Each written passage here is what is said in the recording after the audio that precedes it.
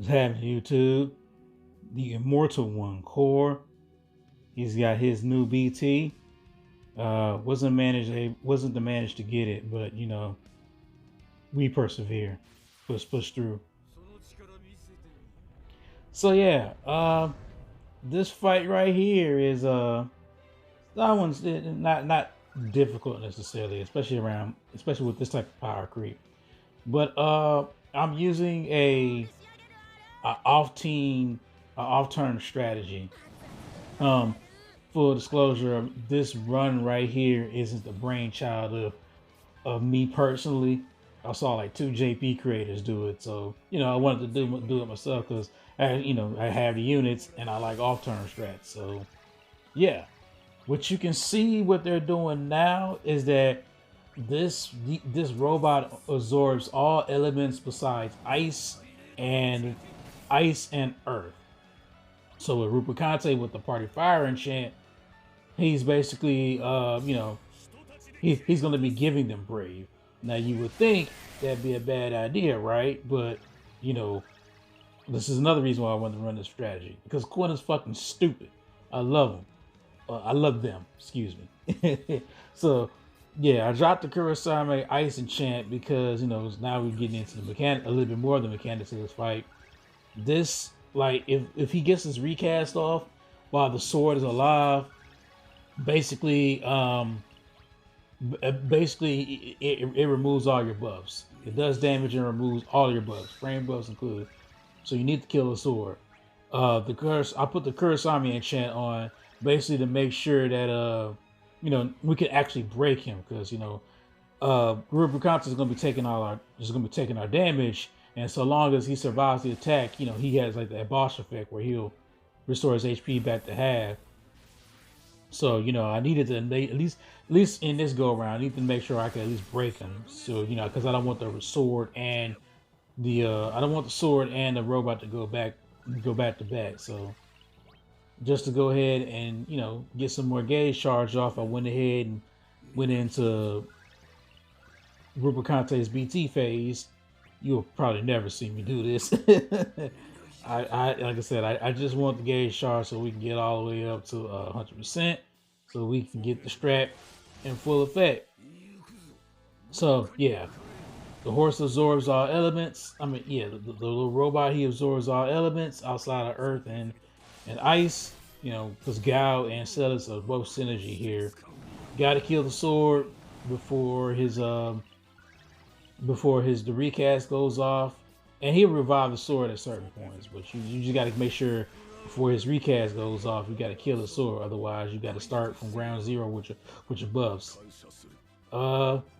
And last thing about this fight, this horse has what, like 3 million or 350 million HP.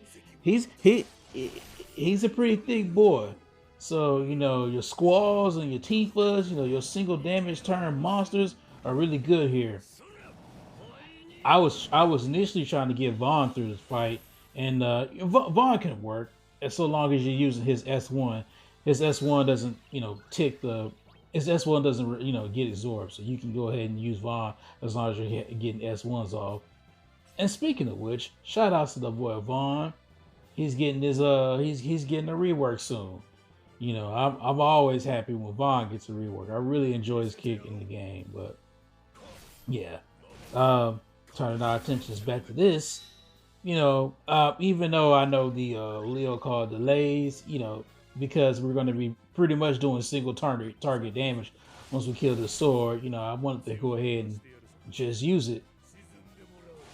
Earlier, I used that Gladio call, just to make, on Rubicante, just because I wanted, just in case he can survive attacks and not die while we were first initially trying to get this set up. Once we get set up, we won't necessarily have to worry about like dying, because the only one will be attacking will be the horse, because the blade doesn't have a lot of HP. It dies fast, so you don't. So with your counterattacks going off, you don't have to worry.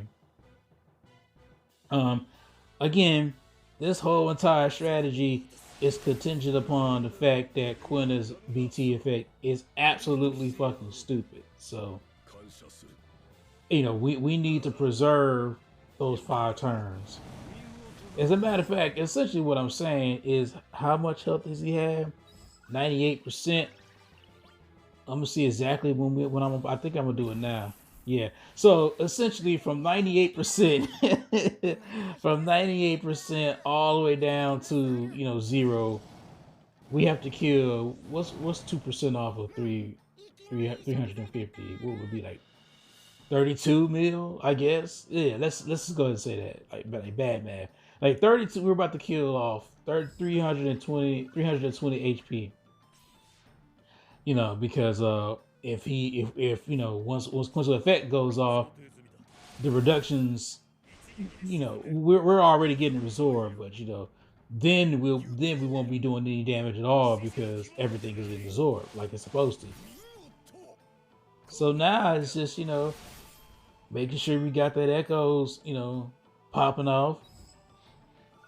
And we're just gonna sit back and let sit back and let the game play itself.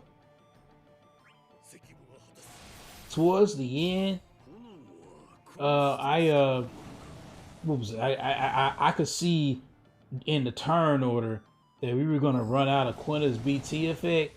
So I kind of started using like my, you know, I wanted to go ahead and use like my insta turn skills like cores, LD, and FR, so he could, you know, keep basically so we can keep ahead of Quina. Oh yeah, oh yeah, yeah, oh yeah.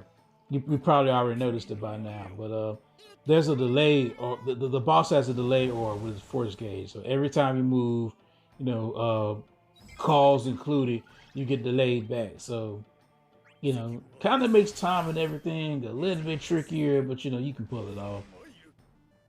But yeah, with that being said, I wanted to make sure, like I said, like towards the end of the fight, um, you know, with that delay effect being, you know, with that delay effect being a thing, I wanted to make sure that, you know, again, we didn't run out of Quintus BT effect. So I kind of started, you know, trying to use my core LDs and Reaper's Gales, you know, so we can just keep, you know, we slide back one turn, the other unit takes a turn, it's Core's turn again. So, you know, just trying to make sure we stay ahead of Quina. But that was pretty much this fight in a nutshell.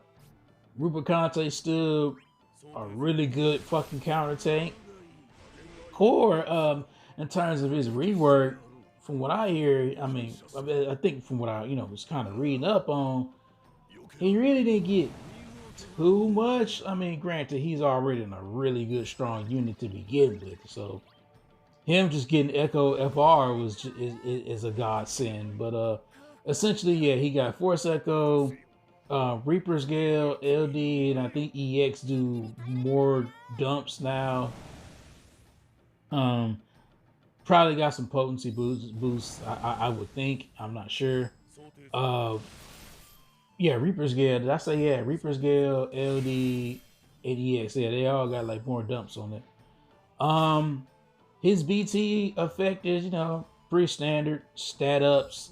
The big thing about it is it stops. You get to put course buff on multiple different party members, so it doesn't dispel itself. So let's say, you know, like right now, I have the buff primarily on Rubicante, since, you know, he draws all attacks.